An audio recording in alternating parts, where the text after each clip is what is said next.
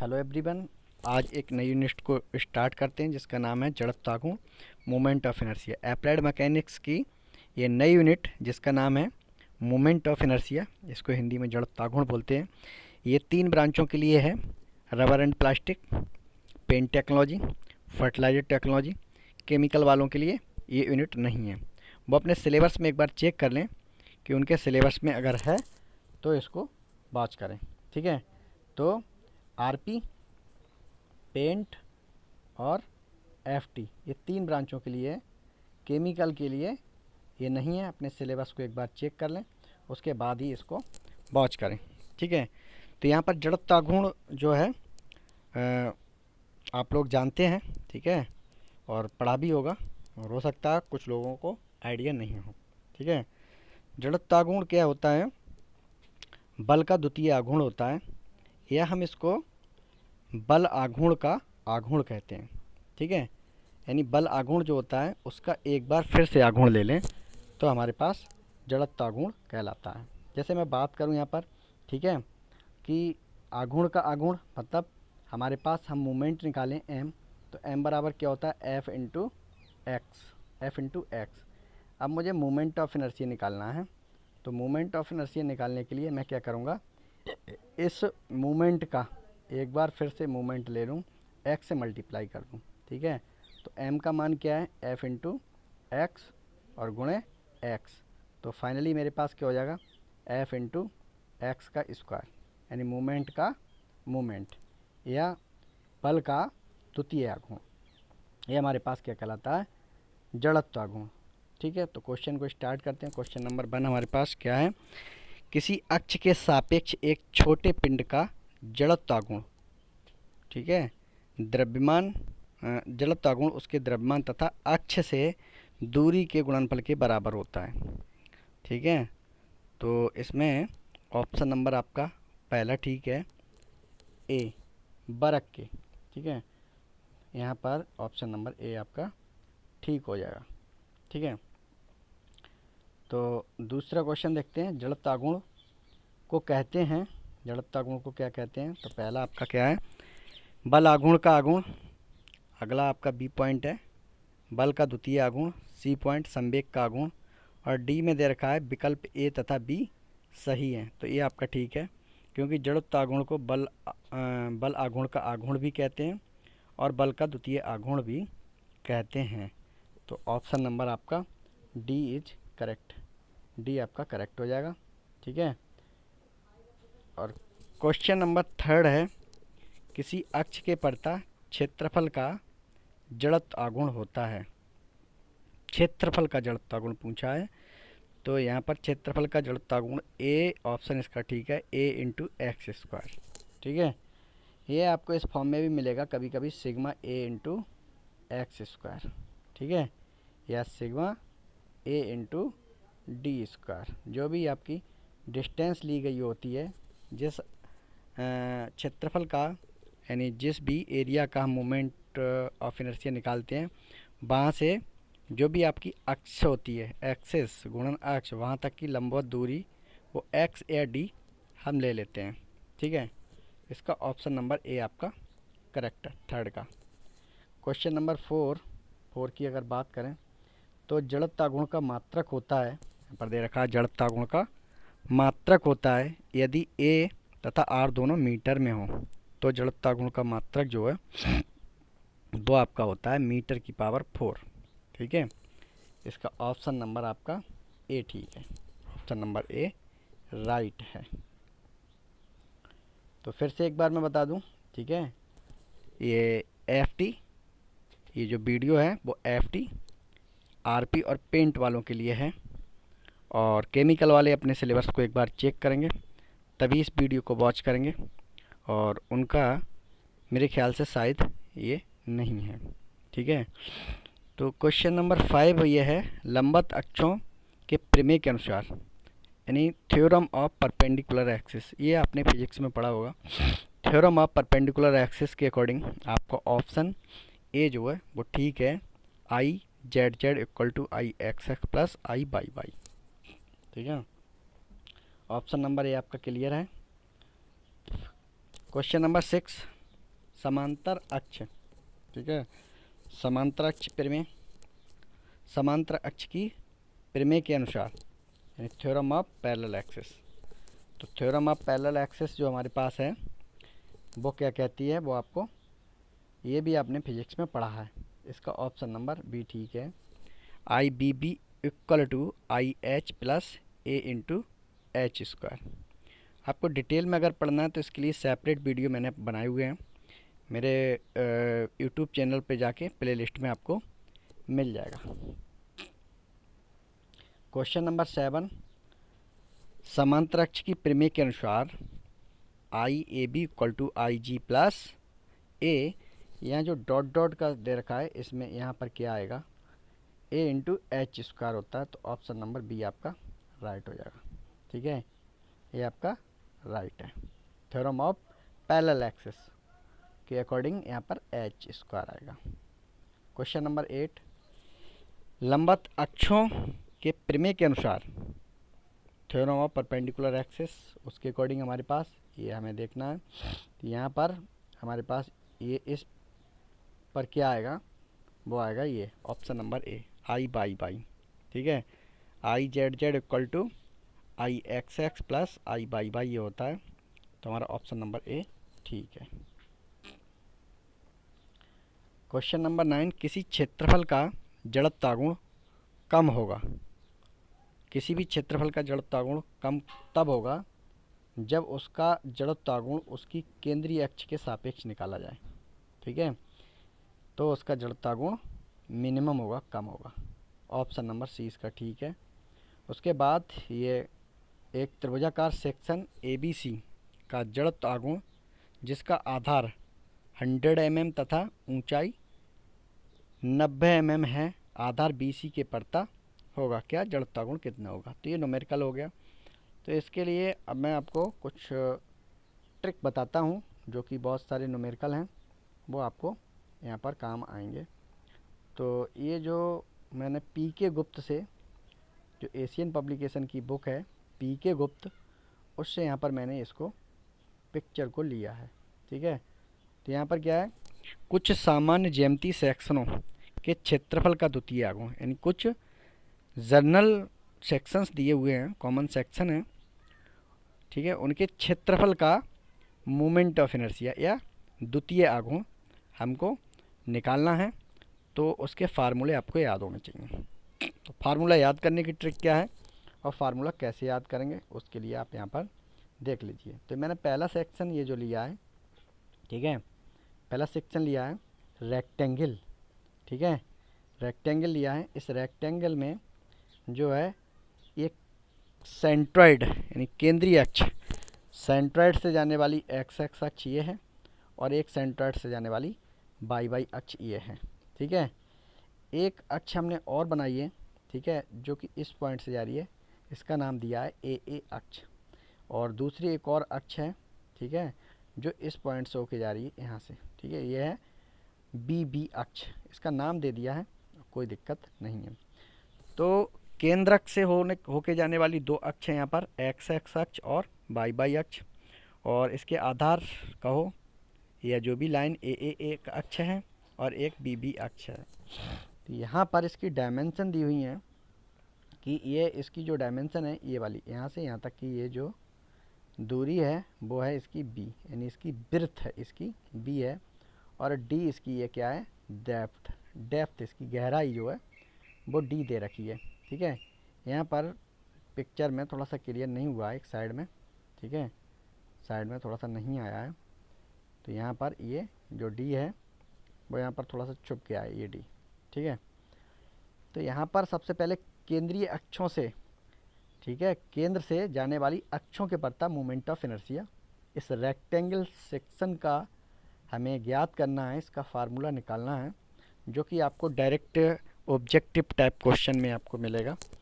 तो वो क्वेश्चन में किस तरह से पूछेगा, सबसे पहला केंद्रीय अक्ष एक्स अक्ष के पड़ता, एक्स अक्ष के पड़ता मोमेंट ऑफ इनर्शिया, ठीक है। तो यहाँ पर मैं आपको एक ट्रिक बता दूँ, ठीक है, देखिए ट्रिक हमारे पास ये है कि अगर मेरे पास एक्स एक्स अक्ष के पड़ता मोमेंट ऑफ इनर्शिया पूछ रहा है आई एक्स एक्स, ठीक है, यानी इस अक्ष के पड़ता पूछ रहा है, तो ये जो डिस्टेंस है ठीक है। ये डिस्टेंस कितनी है b, तो b को तो ऐसे ही रखते हैं और जो बची हुई डिस्टेंस इसकी है d, उस d का करते हैं q अपॉन 12। ये एक्स एक्स अक्ष के पड़ता मोमेंट ऑफ इनर्शिया निकल गया। ठीक है। अब हम निकालते हैं बाई बाई अक्ष के पड़ता मोमेंट ऑफ इनर्शिया। तो यहाँ पर देखिए आई बाई बाई के लिए आई बाई बाई बराबर, ठीक है, ये जो डायमेंशन है वो कितनी है डी। तो मैंने बताया ये जो डायमेंशन डी है इसको तो हम ऐसे ही रखेंगे, डायमेंशन डी को ऐसे ही रखेंगे, और ये डायमेंशन क्योंकि इस अक्ष के पड़ता निकालना है मोमेंट ऑफ इनर्शिया, ठीक है, आई बाई बाई, ठीक है, इसको डिनोट करने का तरीका आई बाई बाई अक्ष के पड़ता। तो बाई अक्ष के पड़ता जो इसकी डायमेंशन है डी उसको तो हम ऐसे ही रख लें, और जो बची हुई डायमेंशन है बी उसका कर दें क्यू अपॉन 12। तो मोमेंट ऑफ इनर्शिया ये आपको निकल गया। तो आपसे कहीं पूछेगा ये, ठीक है, ये आपको पूछेगा, देखिए ये है केंद्रीय अक्ष, केंद्रीय अक्ष एक्स एक्स के एक्स एक्स अक्ष के पड़ता moment of inertia I X x बराबर, ठीक है, एक्स अक्ष के पड़ता जो डायमेंशन है बी और जो बची हुई डायमेंशन उसका क्यू यानी डी का क्यू अपॉन 12। ये हमारे पास डायरेक्ट ऑप्शन हमको टिक करना होता है, टिक करेंगे। केंद्रीय अक्ष बाई बाई अक्ष के पड़ता मोमेंट ऑफ इनर्शिया, तो वो आपका क्या हो जाएगा, मैंने बताया बाई बाई अक्ष के पड़ता, बाई अक्ष के पड़ता डायमेंशन क्या है डी, उसको ऐसे ही रखेंगे, और जो दूसरी डायमेंशन बची बी उसका क्यू अपॉन 12। तो इस तरह से हम यहाँ पर इसको फाइंड आउट करते हैं। ठीक है, समझ गए। तो यहाँ पर जब भी आपको क्वेश्चन में मिलेगा फार्मूला, तो क्या है, किसी आयताकार सेक्शन की केंद्रीय अक्ष या केंद्रक से जाने वाली एक्स एक्स अक्ष के पड़ता मोमेंट ऑफ इनर्शिया या फिर वाई वाई अक्ष के पड़ता मोमेंट ऑफ इनर्शिया, ये एक्स और वाई दोनों ऐसी अक्ष हैं जो इस आयताकार सेक्शन के केंद्रक से होकर जाती हैं। इन अक्षों के पड़ता मोमेंट ऑफ इनर्शिया आपने निकालना सीख लिया। अब बात करेंगे जो ए अक्ष है और बी अक्ष, इसके पड़ता मोमेंट ऑफ इनर्शिया। ठीक है, तो देखिए ए अक्ष के पड़ता मोमेंट ऑफ इनर्शिया हमें निकालना है, तो इसे निकालने के लिए तो ये आई ए करेंगे, ठीक है, आई ए मोमेंट ऑफ इनर्शिया निकालेंगे, आई ए अक्ष के पड़ता मोमेंट ऑफ इनर्शिया। ठीक है, ए अक्ष के पड़ता निकालना है, तो ए अक्ष के पड़ता यानी ये वाली डिस्टेंस ऐसी रखेंगे, ठीक है भाई, ये वाली डिस्टेंस हम क्या करेंगे ऐसे ही रखेंगे। तो इस डिस्टेंस को भाई ऐसे ही रख लेते हैं, तो हमें क्या मिलेगा देख लो, ये वाली अक्ष हम ऐसे ही रखेंगे। मेरा वीडियो कहीं पॉज ना हो जाए इसलिए मैं घबरा रहा हूँ। ठीक है, देखिए इसको कहीं उठा के दूसरी जगह पर शिफ्ट करता हूँ। चलिए ठीक है, आए ये देख लीजिए, क्या है, आई ए अक्ष के पड़ता मोमेंट ऑफ इनर्शिया, ए अक्ष के पड़ता ए वाली ये वाली अक्ष के पड़ता मोमेंट ऑफ इनर्शिया। तो ये डायमेंशन हमारे पास क्या है बी, तो आप बी को तो ऐसे ही रख लें, ठीक है भाई, बी को ऐसे ही रखें, और जो बची हुई डिस्टेंस है डायमेंशन है उसका क्यू कर दें अपॉन 3। वहाँ हम 12 करते थे, यहाँ पर क्या करेंगे 3 अपॉन में। ठीक है, तो ये हमारे पास ए अक्ष के पड़ता मोमेंट ऑफ इनर्शिया हो जाएगा। तो देखिए ए अक्ष के पड़ता निकालना है, तो ए अक्ष के पड़ता जो डायमेंशन है वो बी है, बची हुई डायमेंशन का क्यू अपॉन 3। ठीक है, ये हमारे पास इस तरह से ये हो जाएगा। अब देख लीजिए दूसरा जो है वो बी अक्ष के पड़ता मोमेंट ऑफ इनर्शिया निकालना है। तो बी अक्ष के पड़ता मोमेंट ऑफ इनर्शिया निकालने के लिए हम यहाँ पर, ठीक है, देखिए आपको बता रहे हैं ट्रिक, वही ट्रिक है, बी अक्ष के पड़ता यानी आई बी अक्ष के पड़ता, ठीक है, बी अक्ष हमारे पास ये है, तो ये हमारे पास डायमेंशन क्या है डी, और जो बची हुई डायमेंशन क्या रहेगी बी, उसका क्यू अपॉन 3। तो ये हमारे पास इस तरह से हमने क्या निकाला, इसका मोमेंट ऑफ इनर्शिया के 4 फार्मूले हमने सीख लिए। ठीक है, 4 फार्मूले हमने सीख लिए जो कि हमारे पास इस तरह से ये बन गए। ठीक है, तो यहाँ पर जो हमारा वीडियो है चल रहा है, ऐसा तो नहीं है पॉज हो गया हो, चलिए ठीक है। तो हमने 4 ये फार्मूले निकालने सीख लिए जो कि आपको यहाँ पर दिए हुए हैं। अब बढ़िया से इसको नोट कर लें, ठीक है। बी बी अक्ष के परता आपने ये निकाला, ठीक है।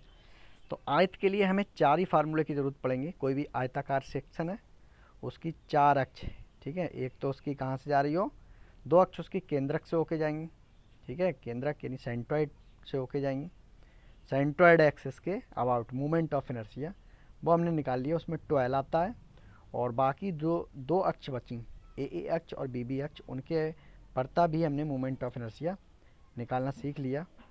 अब यहाँ पर बात करेंगे आयताकार सेक्शन का। आयताकार सेक्शन का क्षेत्रफल का द्वितीय आघूर्ण, यानी द्वितीय आघूर्ण यानी मोमेंट ऑफ इनर्शिया, ठीक है। तो कोई आयताकार सेक्शन हमने निकाला। अब यहाँ पर वर्गाकार सेक्शन, ठीक है, स्क्वायर है। यहाँ पर देख लीजिए कोई स्क्वायर हमें दिया हुआ है, तो इस स्क्वायर में भाई क्या है, देखिए स्क्वायर में 2 अक्ष तो ऐसी हैं इस स्क्वायर के केंद्रक से होके जा रही हैं, एक एक्स एक्स अक्ष और एक वाई वाई अक्ष, जैसे हमने पीछे पढ़ा था बिल्कुल वैसे ही। और ये हमने क्या दे दिया, इन्होंने बी बी अक्ष का नाम दिया है, ठीक है भाई। ये हमारे पास क्या है, बी बी अक्ष और ये वाली ए अक्ष, ठीक है। तो ये हमारे पास कुछ एक्सेस हैं। और जो स्क्वायर है, स्क्वायर की प्रत्येक जो भुजा है वो क्या है, ए है, स्मॉल ए। तो सिंपली हम वही करेंगे जो हमारे पास पिछला था। पिछला हमने क्या निकाला, देखिए भाई एक्स एक्स अक्ष के परता मोमेंट ऑफ इनर्शिया हम कैसे निकालते हैं। तो आई एक्स एक्स निकालने के लिए हम क्या करेंगे, एक्स एक्स अक्ष के परता ये वाली डायमेंशन को ऐसे रखेंगे। अगर ये बी होती रेक्टेंगल में तो बी, और जो बची हुई है वो क्या है, डी का क्यू अपॉन 12, ठीक है। यहाँ पर चूँकि ये रेक्टेंगल के लिए बन गया, ठीक है, ये स्क्वायर है तो स्क्वायर में नहीं है, बी है, मतलब ए प्रत्येक भुजा है, तो यहाँ पर हमारे पास इसका क्यू अपॉन 12, तो इसका मतलब ए की पावर 4 अपॉन 12, ठीक है। जो रेक्टेंगल वाला फार्मूला था उसी में हम यहाँ पर प्रत्येक भुजा में, यानी इस बी की जगह पर भी ए रख देंगे और डी की जगह पर भी ए रख देंगे, यानी यहाँ पर हम ए रखेंगे, ठीक है, ए इंटू ए की पावर क्यू अपॉन 12, तो ये हो जाएगा ए की पावर 4 अपॉन 12। ये एक्स एक्स अक्ष के परता मोमेंट ऑफ इनर्शिया स्क्वायर, यानी जो हमारे पास एक वर्गाकार सेक्शन है उसका मोमेंट ऑफ इनर्शिया निकल आया, ठीक है। तो यहाँ देख लीजिए आप, ये दे रखा है, ठीक है, वर्गाकार सेक्शन कोई है। वर्गाकार सेक्शन का क्षेत्रफल का द्वितीय आघूर्ण, एक्स एक्स अक्ष के परता जितना मोमेंट ऑफ इनर्शिया होगा उतना ही वाई वाई अक्ष के परता मोमेंट ऑफ इनर्शिया होगा। आप रेक्टेंगल वाले फार्मूले में लगा के चेक कर सकते हैं, क्योंकि यहाँ वाई वाई को जब हम निकालेंगे, ठीक है भाई, वाई वाई को जब निकालेंगे तो वाई वाई निकालने के लिए यहाँ पर क्या होगा भाई, देखिए इसको बैक कर देता हूँ, ठीक है। क्या होगा, वाई वाई के अबाउट बी, नहीं, वाई वाई के अबाउट क्या होगा, डी, यानी डी को ऐसे रखेंगे और बी की पावर क्यू अपॉन 12। चूँकि ये रेक्टेंगल के लिए मैंने फार्मूला निकाला और यहाँ पर क्या है, वर्ग है, तो वर्ग की प्रत्येक भुजा एक जैसी होती है, तो डी की जगह पे भी ए और बी की जगह पर भी ए का क्यू अपॉन 12, तो ये ए की पावर 4 हो जाएगा, यानी ए की पावर 4 है ना, ए की पावर क्या हो जाएगा, 4 अपॉन 12। तो एक्स अक्ष और वाई अक्ष, जो ऐसी अक्ष जो कहाँ से होके जा रही हूँ, केंद्रक अक्ष से, यानी सेंट्रॉइड से होके जाती हैं, उनके परता मोमेंट ऑफ इनर्शिया हमारे पास क्या होगा, ए की पावर 4 अपॉन 12। ये डायरेक्ट क्वेश्चन आपको एग्ज़ाम में टिक मारने को मिलेंगे। अब देखिए यहाँ पर ए अक्ष के परता मोमेंट ऑफ इनर्शिया और यहाँ पर बी अक्ष है, ठीक है। इन दोनों के परता मोमेंट ऑफ इनर्शिया सेम आएगा, निकल के एक जैसा आएगा, ठीक है। अब वो क्या होगा, देखिए मैं यहाँ पर आपको ट्रिक बता दे रहा हूँ, ठीक है। ये ए अक्ष के परता निकालते हैं, मोमेंट ऑफ इनर्शिया आई ए, तो हमारे पास क्या हो जाएगा, ए अक्ष के परता यानी ए वाली डायमेंशन ऐसे रखेंगे, यानी बी, और बची हुई डायमेंशन का क्यू अपॉन यहाँ पर क्या करेंगे 3, ठीक है। चूँकि ये क्या है, एक वर्ग है, तो बी की जगह पर भी ए और डी की जगह पर भी ए का क्यू अपॉन 3, तो हो जाएगा ए की पावर 4 अपॉन 3, ठीक है, ए की पावर 4 अपॉन 3। तो ए अक्ष और बी अक्ष दोनों अक्षों के परता मोमेंट ऑफ इनर्शिया सेम होगा, ठीक है। तो यहाँ पर ये दोनों मोमेंट ऑफ इनर्शिया के लिए आप यहाँ देख लें, ये आपको डायरेक्ट सीधा फार्मूला डायरेक्ट सीधा मिलेगा। ठीक है, ये आपका यहाँ पर मैं इस तरह से ले आ रहा हूँ। ठीक है, तो ये आपने देखा कि किस तरह से हमारा ये है। इसके अगले वाले जो क्वेश्चन है वो अगली वीडियो में करेंगे, क्योंकि आगे हमारे पास ये जो है यहाँ पर देखिए वीडियो तो में क्वेश्चन तो कम है, लेकिन यहाँ बनेंगे बहुत क्वेश्चन। बरक के लिए है, आयत के लिए है, कौन सी अक्ष के पड़ता मोमेंट ऑफ इनर्शिया कितना है, आपको सिर्फ टिक मारना है और बस फार्मूला की ट्रिक याद रखनी है। और ज़्यादा पढ़ना है तो मेरे डिटेल जो डिस्क्रिप्टिव वीडियो को देखें, उसका मैंने यहाँ सेपरेट वीडियो में अलग अलग समझाया है। अगला क्वेश्चन नंबर 10 हम आगे अगली वीडियो में स्टार्ट करेंगे। और जैसे यहाँ बहुत सारे क्वेश्चन कवर हो गए, खोखले आयताकार सेक्शन के लिए ये भी हम आगे कवर करेंगे और अगले वीडियो में मिलेंगे। तब तक इसको यहाँ पर हम स्टॉप करते हैं। Thank you.